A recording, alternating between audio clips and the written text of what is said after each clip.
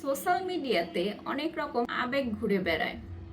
তার মধ্যে একটা আবেগ হচ্ছে আমার বিপদে কেউ পাশে দাঁড়ায় নাই, আমি আমার দুঃসময়ে কাউকে পাশে পাই নাই, বা কেউ আমাকে 2 টাকা দিয়ে সাহায্য করে নাই।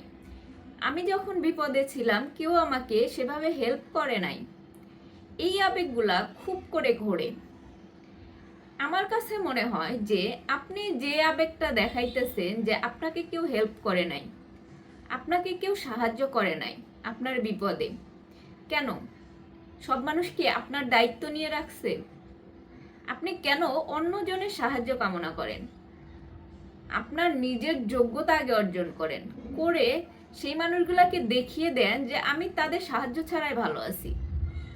আপনি যে মানুষটার কাছে সাহায্যের জন্য আশা করে আছেন যে এই মানুষটা আমাকে সাহায্য করবে, আসলে সেই মানুষটার জায়গা থেকে দেখেন সেই মানুষটাও কোনো না কোনো বিপদে আছে। সেই মানুষটাও হয়তো কারো কাছে সাহায্য আশা করতেছে। তাহলে আপনি আপনার জায়গা থেকে সেই মানুষটাকে ব্লেম করতেছেন যে আমার বিপদে এরা আমাকে সাহায্য করে নাই, আমার বিপদে এই মানুষগুলাকে আমি পাশে পাই নাই।